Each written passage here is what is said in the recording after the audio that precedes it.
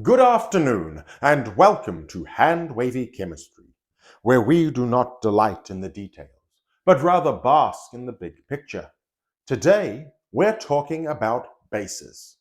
Now, if you've seen my previous video about acids, a lot of this is going to sound strangely familiar. Just as was the case with acids, there are three definitions for a base. The first is the Arrhenius base. An Arrhenius base is a compound that when it is dissolved in water, it dissociates to release hydroxide ions. For example, sodium hydroxide. If we take solid sodium hydroxide and we dissolve it in water, then the sodium and the hydroxide separate and disperse throughout the solution.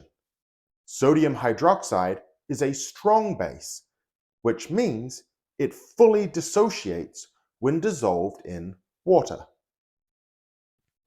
The next type of base is the Bronsted-Lowry base. This is a proton acceptor.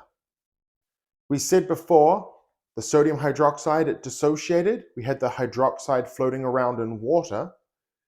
If this hydroxide ion were to come into contact with a water molecule or a hydronium molecule, which is H3O+, it could take a proton from that molecule and become water itself. It can accept a proton.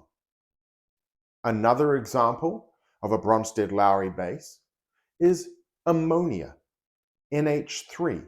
There is a lone pair on the nitrogen. This lone pair can accept a proton.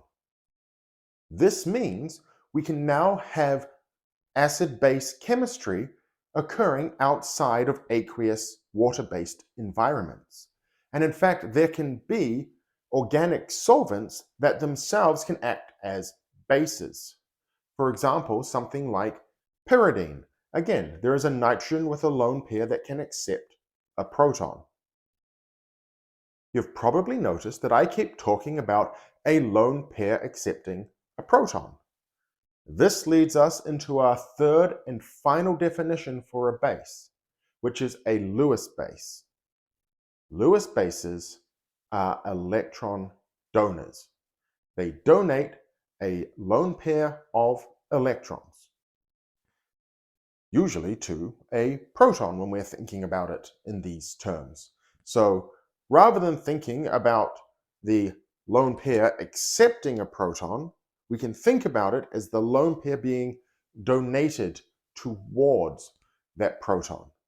This electron first type of thinking, where we're saying it's an electron donor rather than a proton acceptor, dovetails in very nicely with redox chemistry, reduction oxidation chemistry, where rather than things being donated in a acid-base sense, they are instead transferred in a something gains an electron and something loses an electron, which we call reduction and oxidation.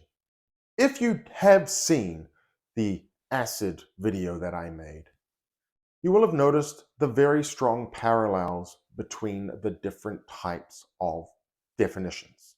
When we talked about a Bronsted acid, we said that a Bronsted-Lowry acid was a proton donor. When we talked about a Bronsted-Lowry base, we said it was a proton acceptor. When we talked about a Lewis acid, we said it was an electron acceptor. And we talked about a Lewis base, we said it was an electron donor. This makes us start to realize that acids and bases, they're intrinsically linked. And the way that something acts, whether as an acid or a base, can depend more on its environment. For example, if an ammonia were to pick up a proton from somewhere, it's now ammonium, NH4+. If a different base were to come along, it could remove that proton. The ammonium would now be donating its proton. It would be acting as an acid. This link, whereby A base, after accepting a proton, becomes an acid itself is referred to as conjugate acids and bases, and is a very important idea. However, it is a story for another time. I hope you have enjoyed this video, and if you have, please make sure to like, subscribe, and share it with your friends. And if there is a topic you'd like to see covered in a future video, please put it down in the comment section below. Thank you, and I hope you have a wonderful rest of your day.